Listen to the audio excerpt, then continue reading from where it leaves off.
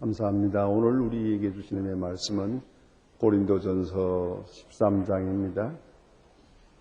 고린도전서 13장 8절로부터 13절까지 보게 되겠습니다. 고린도전서 13장 8절로부터 끝절까지입니다. 찾으신 대로 다 같이 한 목소리 봉독하시겠습니다. 사랑은 언제까지든지 떨어지지 아니하나 예언도 패하고 방언도 그치고 지식도 패하리라. 우리가 부분적으로 알고 부분적으로 예언하니 온전한 것이 올 때에는 부분적으로 하던 것이 패하리라. 내가 어렸을 때에는 말하는 것이 어린아이와 같고 깨닫는 것이 어린아이와 같고 생각하는 것이 어린아이와 같다가 장성한 사람이 되어서는 어린아이의 일을 버렸노라. 우리가 이제는 거울로 보는 것 같이 희미하나 그때에는 얼굴과 얼굴을 대하여 볼 것이 이제는 내가 부분적으로 아나 그때에는 주께서 나를 아신 것 같이 내가 온전히 알리라. 그런즉 믿음, 소망, 사랑 이 세 가지는 항상 있을 것인데 그 중에 이런 사랑이라. 아멘. 우리는 사랑장을 공부하고 있습니다. 지난 시간에 1절로부터 7절까지에서는 사랑이 무엇인가, 본질적으로 사랑이 도대체 무엇을 의미하는가 하는 그런 말씀을 우리가 성경에서 읽었고요. 오늘 이제 계속해서 사랑에 대해서 설명하는 사도 바울의 귀중한 교훈을 공부하게 됩니다. 저는 생각을 합니다. 이 고린도전서 13장에 있는 이 사랑장의 내용을 읽고 또 읽어서 그 사랑의 뜻을 바로 알고 터득하면은 아무 문제도 없을 거라고 생각합니다. 결국은 사랑이 병들었고 사랑이 변질되었기 때문에 그렇고요. 더 큰 문제는 사랑 아닌 것을 사랑으로 착각하기 때문에 그렇습니다. 이 경험입니다만은 오래전에 제가 인천에서 목회할 때 고등학교 교사를 오래 한 분입니다. 그런 여선생님이 결혼을 하게 돼서 내가 알기에 연애도 꽤 오래 했어요. 그리고 나를 잡아가지고 결혼을 하게 되는데, 물론 제가 결혼 수리를 하게 됐는데, 바로 결혼하기 전날 밤에 이 아가씨가 나를 찾아왔어요. 그리고 나에게 하는 말이 뭐냐면 결혼할까요 말까요? 이렇게 보는 거예요. 그래서 무슨 소리냐, 지금 내일 아침 결혼식을 해야 되는데 결혼할까요 말까요가 무슨 소리냐. 인생 운명을 결정하는 이 엄청난 일인데 함부로 할 수 있습니까? 그러려면 어떡하는 얘기냐? 그러고 물었더니 이 얘기는 이해가 가요. 내가 사람을 사랑하는 건지 저 사람이 나를 사랑하는 건지 그걸 모르겠대요. 그래서 천천히 알게 될 거다 그러고 말았어요. 정말 어려운 얘기입니다.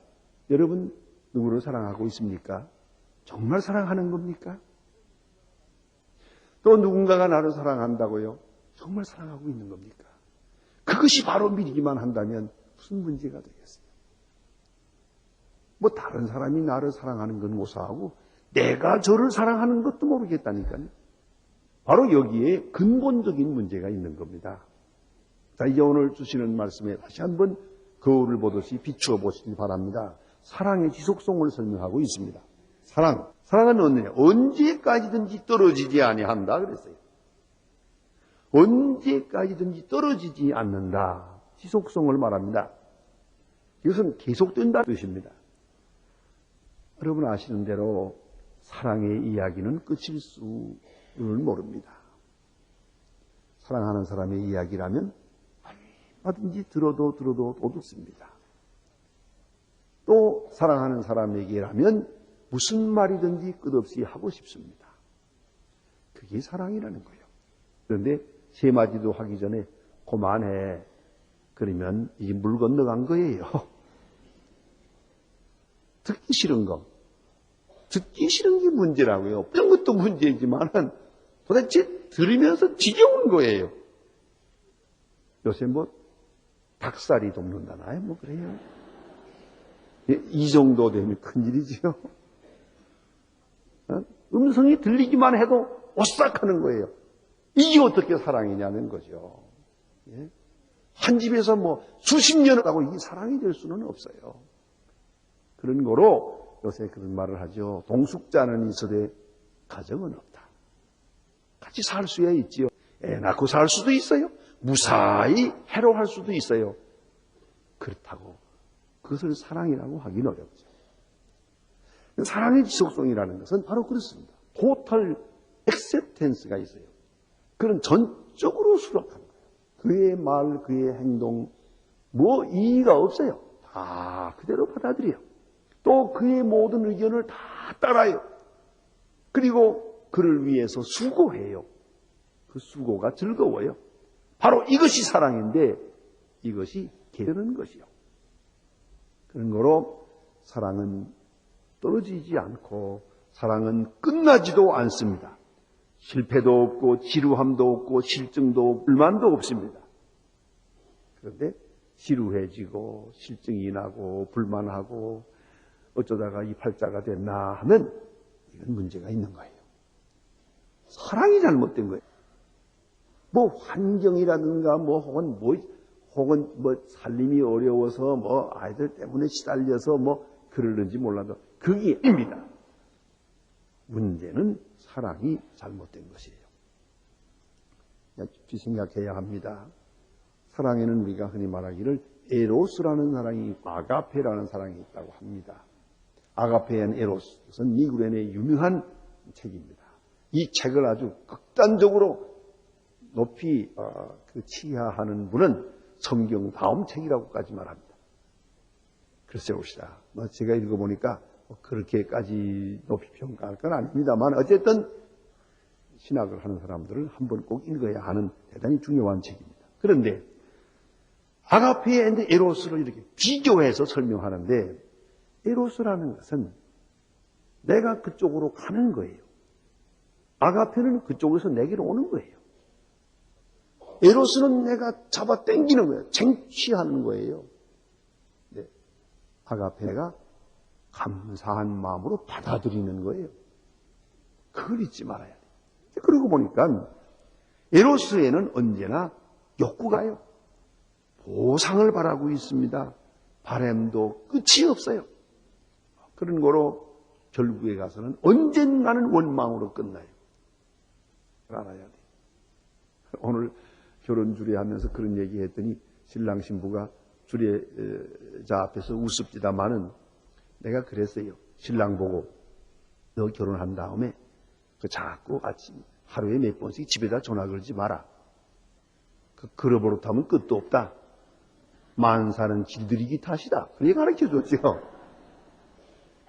만일에 그렇게 전화를 걸어라 하게 되면 만약에 딱 걸었을 때 부인이 없으면 당장 그날 밤이 문제가 됩니다. 어디 갔댔냐? 시끄럽게 만드냐? 아침에 나갔다가 저녁에 돌아오면 그런가 보다 하지. 그렇게 사는 게 좋을 거다 가르쳐줬어요, 제가. 저희들도 웃더라고요. 진짜 그럽니다. 여러분, 전화 안 건다 그러죠? 한 번 걸어보세요. 그러면 또 두 번 걸라 그래요. 세 번 걸어죠? 하루 종일 걸어도 모자라요. 끝도 없는 게 그 노름이에요. 그러니까 우리 생각을 해야 됩니다. 에로스적인 사랑이라는 건 이건 만족이 없어요. 가도 끝도 없는 거예요. 자기도 왜 이게 불만인지를 몰라요. 원래 에로스적인 사랑은 채워질 수 없는 것이기 때문이에요. 자, 그러면 아가페는 어떠냐?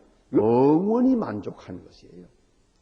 감사함으로 받아들이는 거예요. 받아들이는 입장에 있기 때문에 아가페적인 사랑은 사랑하면서 감하고 희생하면서 즐겁고 그런 거예요. 그런 거로 보상을 바라는 마음이 없어요. 이 사랑의 대가가 뭐냐 하는 생각이 없어요. 내가 그분을 사랑한다는 것만 가지고 만족한 거예요. 그분이 나를 사랑한다는 것만 가지고 충분해요. 그것이 어디든 상관이 없어요. 바로 그런 아가페적인 사랑을 말하고 있습니다. 그래서 예수님 말씀하시기를 내가 너희를 사랑한 것 같이 너희가 서로 사랑하라 이렇게 하시는 말씀이 아가파테 알렐루스입니다. 아가페의 사랑을 요구합니다. 에로스가 아닙니다. 필리아도 아닙니다. 철저하게 아가페를 원하는 것입니다. 본문에 보니까 그런 말씀이에요. 언제까지든지 떨어지지 않는다. 그리고 패하지 않는다 그랬어요. 패한다는 말이 나옵니다. 패한다는 말은 알게 됐을 다이라고 하는 말인데요. 일정 기간이 지나면 그 작용과 효력과 효능이 소멸된다 하는 뜻입니다. 그러니까 연애할 때 불같이 연애하다가 결혼하니까 싹 사라져요. 이건 처음부터 사랑이 아니었어요. 사랑과 욕정은 다른 거예요. 그건 욕정이에요. 사랑이 아니에요. 그러니까 패해서는 안 돼요. 그것이 결코 중단될 수도 없고 떨어질 수도 없고 그리고 소멸될 수 없는 거예요. 그 소멸되어서 안 되는 것이 사랑이에요. 그러니까 갈수록 점점 더 뜨거워지고 점점 더 성숙하고 점점 더 높아져야 되는데 절실해져야 되는데 어느 순간에 싹 사라져버려요.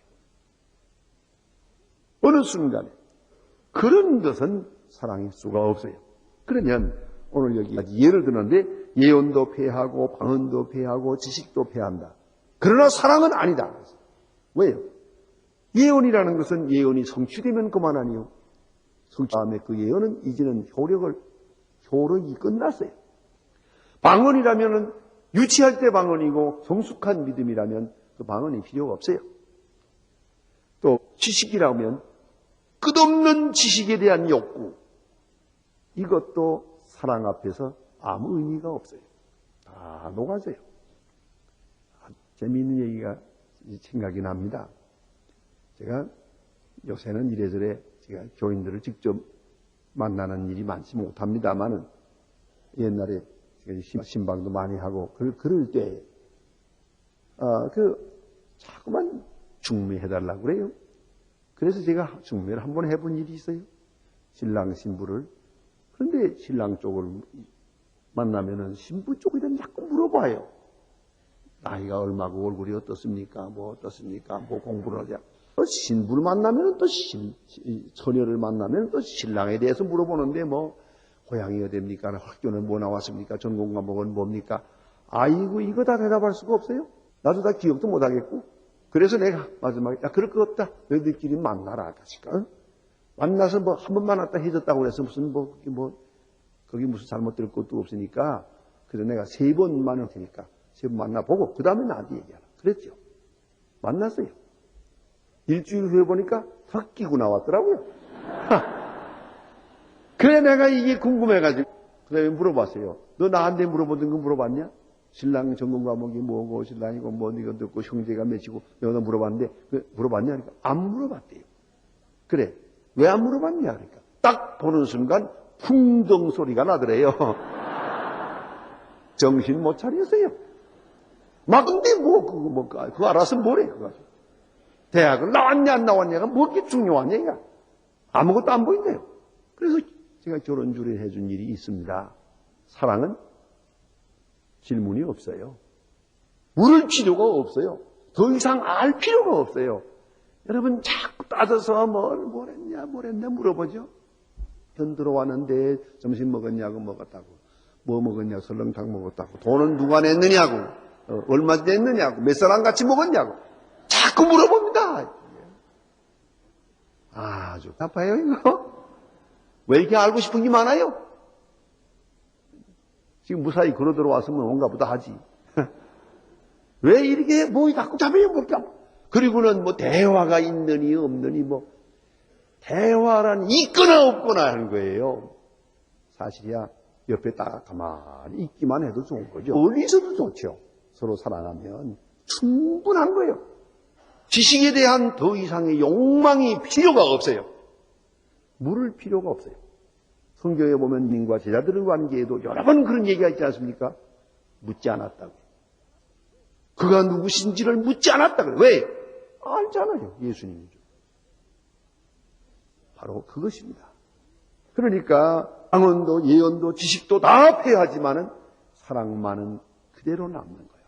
사랑은 끝까지 지속하는 것이다 하는 말씀입니다.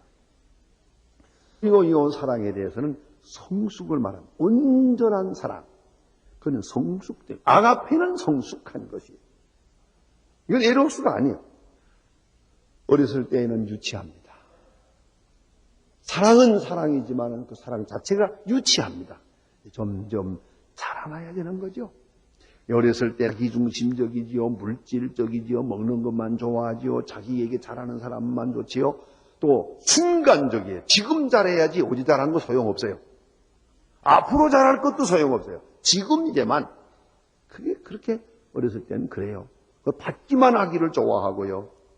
깊은 이해가 없어요. 그리고 사랑받고 사랑해요. 다 그래요. 어린아이들이 뭐 어머니를 향해서 사랑해요 뭐 합니다만은 그게 뭘 알고 하는 소린가? 그래요? 사랑은 유치해요. 그러다가 유아기가 이제 2살에서 6살까지인데 그건 철저하게 장애중심적이죠. 그런 아이들은 가만히 보세요. 기차를 타고 가면은요, 기차가 간다고 생각을 안 해요. 경치가 내게로 온다고 생각하지. 내가 중심이니까. 네? 어디까지나 모든 내가 중심. 이게 어린아이 때 생각하는 거죠. 그러나 하면 아동기라고 하게 되면 7살에서 13살인데 이런 때는 주관이 생기기 시작합니다. 직관적이고 모든 것이 구분적입니다. 종합적 이해가 없습니다. 블랙 앤 화이트, 흑백 논리가 이때 있는 것이로시다. 그러나 청년기가 되고 어른이 되면 어떻게 됩니까? 종합적으로 이해해야 합니다. 칭찬하는 것만이 사랑이 아니에요. 때로는 꾸중하는 것도 사랑이에요. 아버지가 나를 때리는 것도 그것도 사랑이에요. 이렇게 이해하죠. 깊이 이해하지요. 멀리 이해하지요. 이게 성숙한 사랑이란 말이에요. 네, 성숙한 사람의 사랑 하나 얘기해 볼까요? 저 사람이 아침에 차를 타고 출근하는데 아주 자동차 하나가 옆에 오더니 그대로 직 하고 그어서 창문 옆을 버리는 거예요. 차는 섰습니다.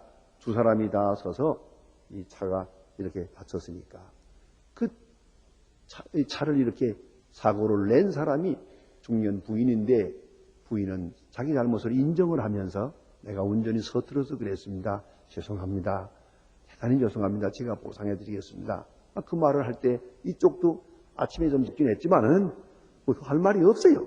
그래서 그렇습니까? 하고 얘기하다 보니까 그 사람이 또 자기 차를 보았더니 자기 차는 앞에가 푹 들어갔어요. 이게 이틀밖에 안 된 새 차예요. 그러니까 그 차를 보는 순간 눈물이 쭈르르 나오고 아까워가지고 이틀밖에 안 된 새 차를 갖다가 머리를 들여박아 놨으니까 말이에요.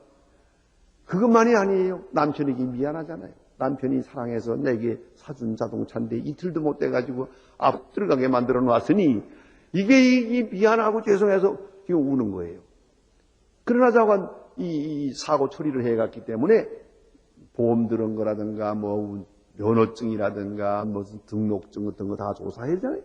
그거 다 가져오라고. 순경이 그러니까 가져오려고 가서 그 자동차 안에 있는 사물함을 열었어요. 그러니까 거기에 일건 소리를 다 해서 봉투에 딱 넣어가지고 넣어놨어요. 남편이 해놓은 거죠. 그리고 봉투를 보니까 봉투 끝에 그 면에 큰 사인펜으로 글자를 썼는데 이게 뭐라고 했는거 아니? 만일에 사고가 나거든 여보 이것을 잊지 마오. 꼭 기억할 것은 나는 자동차가 내가 사랑하는 것은 자동차가 아니요 당신 자신이라는 것을 기억하라고. 그래서 있더라는 거예요. 이걸 보는 순간 이 부인은 너무 고마워서 울었죠. 이런 남자는 괜찮은 남자지요. 네? 성숙한 거예요. 자동차야 찌그러지든 말든 내가 사랑하는 건 당신이요. 속상해하지 마라. 아야 미리 이렇게 딱 편지를 써놨어요. 얼마나 고마워요. 새 차가 이렇게 찌그러가지고 들어오면 정신이 있냐 없냐 한바탕 이미 차는 찌그러졌는데 그렇다고 도로 나오나? 이게 다 성숙하지 못한 거죠. 자, 우리 사랑이라는 것이 이렇게 자라야 돼요. 그래서 어린아이 때는 유치하다고 해서 오늘 본문에 보니까 그 여러 가지로 말하고 있어요. 내가 어렸을 때에는 말하는 것이 어린아이였고 깨닫는 것이 어린아이와 같고 생각하는 것이 어린아이와 같다가 장성한 사람이 되어서는 어린아이의 일을 버렸노라. 보세요. 그 취한 사랑도 그만하고 찔끔찔끔 짠다고 사랑인가? 말 많이 한다고 사랑인가? 짠소리 한다고 사랑인가? 뭐 관심이니 뭐니 해가면서 사람 괴롭히지 말고요. 사랑이라는 이름으로 사람 무척 괴롭힙니다. 제발 이제는 유치한 데서 벗어나서 좀 넉넉하게 그래서 여기 보니까 유치할 때는 보세요. 이해하는 것이 유치해. 말하는 것도 유치해. 사랑의 언어라는 건 그렇지 않습니까? 사랑함의 말이라는 건 내 사랑하는 사람이 이 말을 어떻게 들을까? 기분이 좋을까 나쁠까? 생각해야죠. 그 결과가 어떻게 될까? 다 생각하면서 깊이 생각하고 말을 해야 되는데 유치한 자는 그렇지 못해요. 사랑한다고 하면서 그 사랑의 말로 얼마나 사람의 마음을 아프게 하는지 몰라요. 뭐 사랑하기 때문이라고 하는데 그건 결코 사랑일 수가 없어요. 유치하기 때문에. 여기서 벗어나야 돼요. 행위가 또 그렇고 특별히 주고받는 일이 그렇고 성숙한 자의 사랑이라는 것은 사랑할 때마다 항상 특권을 생각하는 거예요. 사랑할 수 있는 이게 특권이요. 특별히 사랑에는 인내가 따라요. 기다림과 기대와 인내가 있고 그리고 커미트멘트가 있어요. 그에게 헌신 거예요. 그를 위해 수고하는 것이 그렇게 즐거워요. 그를 생각하는 게 즐겁고 그를 기대하는 게 즐겁고. 그래서 제가 늘 말씀드립니다마는 참 성숙한 사랑은 여기에 있는 거예요. 내가 당신을 사랑한다고 하는 게 사랑이 아니에요. 중요한 것은 사랑하기 때문에 나는 행복합니다. 그것이 바로 사랑이라는 거죠. 제가 한번 이렇게 그런 얘기를 했어요. 그저 사랑한다는 말보다는 아무래도 당신 때문에 내가 행이다 하는 말이 더 좋은 말 같다고 설교할 때 이렇게 말씀을 드렸더니 우리 교회 여집사님 하나가 집에 가서 이렇게 해봤대요. 경상도 사나이인데 해놓고서 여보 난 참 행복해요. 당신 때문에 행복하다고 그랬대요. 그랬더니 미쳤냐 그러더랍니다. 내가 뭐 저런 여자하고 사나 그랬는데 저런 남자하고 사나 그랬대요. 그 다음날 시침 딱 떼고 또 한마디 했대요. 정말 나는 행복하고 난 당신하고 결혼한 걸 참 잘했다고 생각한다고 그랬답니다. 그러니까 쓸데없는 소리 하지 마 그러더랍니다. 사흘째 되는 날 또 보자고 또 한마디 같이. 그러니까 그때는 가만히 있더니 사실은 나도 그래 그러더랍니다. I am so happy because of you. 보다도 좋은 말이 없어요. 나는 당신 때문에 불행하다고 하면서 무슨 사랑을 고백하겠다는 게요? 그건 사랑이 아니라는 걸 잊지 마세요. 사랑은 행복이에요. 그대로 행복해요. 근데 이 사랑의 본질이 빗나가기 때문에 문제가 있다는 겁니다.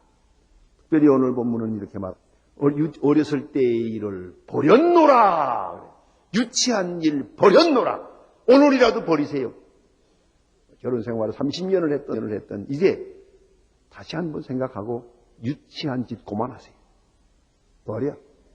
그리고 성숙하게 높은 차원에서 넉넉하게 행사랑을 하게 되어야 한다는 말입니다.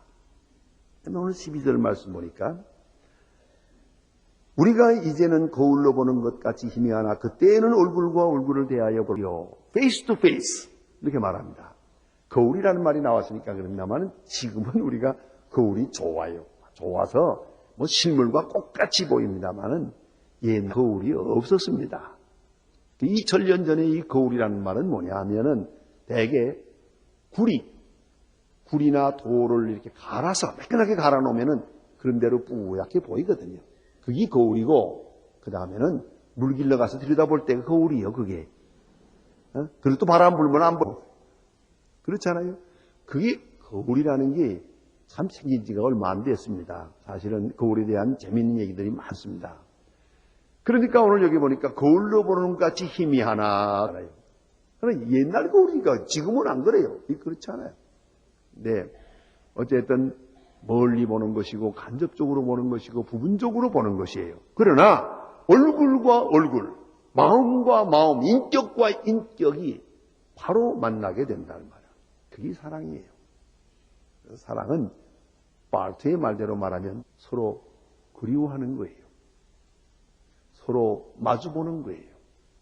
나는 저를 보는데 저 사람은 딴 사람 보면 그게 짝사랑이라는 거예요. 서로 눈과 눈이 마주쳐요. 그거 꼭 잊지 말아야 돼요. 대개 보면 싸울 때는 딴 데 보면서 말하더만요. 바로 보질 않아. 그게가 있는 거예요. 똑바로 얼굴과 얼굴이, 눈과 눈이 마주쳐야 그게 사랑이 소통이 되는 거예요. 그 다음에는 하고 싶은 말을 다 하고 눈의 말을 한없이 다 듣고 그게 사랑이에요. 근데 오늘 여기 보니까 얼굴과 얼굴을 대하여 볼 것이다. 이제는 더 물어볼 것도 없어요. 온전한 지식이 이루어지니까 이 사랑만이 알게 해줍니다. 사랑이 믿게 해줍니다. 부분적으로 알았지만 이 이상에는 이제 온전하게 전체적으로 알게 되기 때문에 입체적인 지식이 이루어집니다. 입체적인 지식, 이 지식이 완전하다. 이 사랑이에요. 다음에 여기 본문의 마지막에 여러분 너무나 잘 아는 말씀이죠. 그래서 그런즉 믿음, 사랑 이 세 가지는 항상 있을 것인데 그 중에 제일은 사랑이라. 자, 여기서 제일이라는 말이 뭐냐? 여러분 가진 성경책 풋노트를 보세요. 그 밑에 보면 조그맣게 글써 있는데 더 큰 것은 그렇게 되어 있어요. 더 큰 것은 제일이라는 말이 영어로 말하면 first 그런 말이 아닙니다. 메이온이라고 하는 헬라 말은 영어로 번역하면 greater 그런 뜻입니다. 더 위대한, 더 큰 그런 말입니다. 더 근본적이고 더 기본적인 것을 것이에요. 자, 보세요. 사랑하면 믿어져요. 참 이상합니다. 의심이 생기기 시작했다면 이유 없어요. 사랑이 없어진 거. 사랑하면 믿어져요. 사랑하면 기대를 걸어요. 사랑하면 절대로 낙심하지 않아요. 그러니까 여러분이 어떤 때 나 당신에게 실망하고 말한다면 그건 마지막 말이요. 그 말하고 다시 같이 살 생각하지 마세요. 살아봐야 별 볼 일 없어요. 실망이라는 일이 뭐예요? 이거는 사랑 없을 때 하는 말이요. 꼭 사랑 안 한다고 해야 안 하는 게 아니에요. 중요한 것은 사랑에는 실망이 없기 때문이에요. 실망의 흔적이 없어요. 그런 거로 사랑하면 믿어요. 또 사랑하면 소망을 하게 됩니다. 그래서 끝까지 낙심하지 않아요. 그렇기 때문에 떨어지지 않고 피곤하지도 않아요. 그게 사랑입니다. 한국 전쟁이 끝날 무렵에 있었던 실화입니다. 제가 어느 잡지에서 읽은 건데요. 미국 산디에고에서 그 외곽 지역에 있는 어느 호텔에서 한국 전쟁에 왔다가 돌아간 청년이 자기 어머니에게 전화를 걸었어요. 엄마, 제가 돌아왔어요. 그 엄마가 빨리 집에 오지 왜 전화는 거냐? 제가 호텔에 있는데요. 이제 갈 거예요. 엄마, 그런데 만나기 전에 할 말이 있습니다. 이 청년은 지금 부상을 많이 당했어요. 그래서 엄마에게 말했습니다. 부상당했다고 말하지 않고 내 친구 하나가 있는데 아주 절친한 친구입니다. 부모가 없습니다. 일선에서 나와 같이 전쟁을 하다가 부상을 당했습니다. 장민도 됐고요. 손발이 두 손이 다 없습니다. 이걸 어떻게 하면 좋겠습니까? 그래서 내가 데리고 가서 나와 함께 우선 한 1년이라도 같이 살려고 합니다. 참 사랑하는 친구고 참 좋은 사람이에요. 그래서 내가 집에 데리고 가려고 하는데 어머니 괜찮겠습니까? 하고 물어봤어요. 어머니 하는 말이 뭐 괜찮지 하고 소극적으로 말했어요. 그러나 처음에는 괜찮을지 몰라도 며칠 있으면 지겨울 거다. 내가 데리고 온 것을 후회하게 될 것이다. 피곤하게 되고 괴로워질 것이다. 이렇게 말했어요. 그러니까 잘 알았습니다 하고 전화를 놨어요. 그 다음날 해군본부로부터 이 어머니한테 전보 한 장이 날아들었어요. 당신의 아들이 호텔 12층에서 떨어져서 자살했다고. 무엇이 괴로웠느냐 하면 처음에는 괜찮지만 얼마 있다 지겨워질 거다. 이게 괴로웠던 거예요. 그렇지. 내가 지금 부상당한 이 몸으로 집에 돌아가면 처음에는 반갑다고 하겠지만 얼마 지내다 보면은 이게 짐이 되고 나를 괴로워할 때가 올 거다. 그래서 그는 자살을 해버렸어요. 깊이 생각해야 됩니다. 참사랑은 이런 것이 문제가 되질 않아요. 그런데 참사랑이 아니기 때문에 문제가 되었던 거예요. 모든 가치의 기준이 사랑에 있어요. 모든 능력의 근본도 사랑에 있어요. 모든 행복의 근본도 사랑에 있어요. 사랑의 진량은 꼭 환경과도 관계없고 물질과도 관계없고 지식과도 관계없어요. 아무 조건도 없어요. 그야말로 절대적이고 무조건적인 것이 사랑입니다. 오직 사랑. 그것이 생명을 생산하는 것이옵니다. 기도하십니다. 3일절에게 기도하러 나오셨습니다. 이 잠깐이지만 이 시간에 마음과 뜻을 모아서 기도하되 오늘 우리에게 주신 말씀을 생각하며 내가 하는 사랑의 의미가 어디 있는지를 생각해서 사랑을 진단받는 시간이 되고 치유받는 시간이 되길 바라고, 또 하나는 이 나라와 전국과 경제계를 위해서 하나님 앞에 기도하십시다. 또 나아가서 세 번째는 북한에 있는 분들, 매일매일 들려오는 소리 너무나도 비참합니다. 다 들어서 아시겠지만은 그들을 위해서 하나님 앞에 간절히 기도하는 귀한 시간이 되길 바랍니다. 다 같이 통성으로 기도하겠습니다.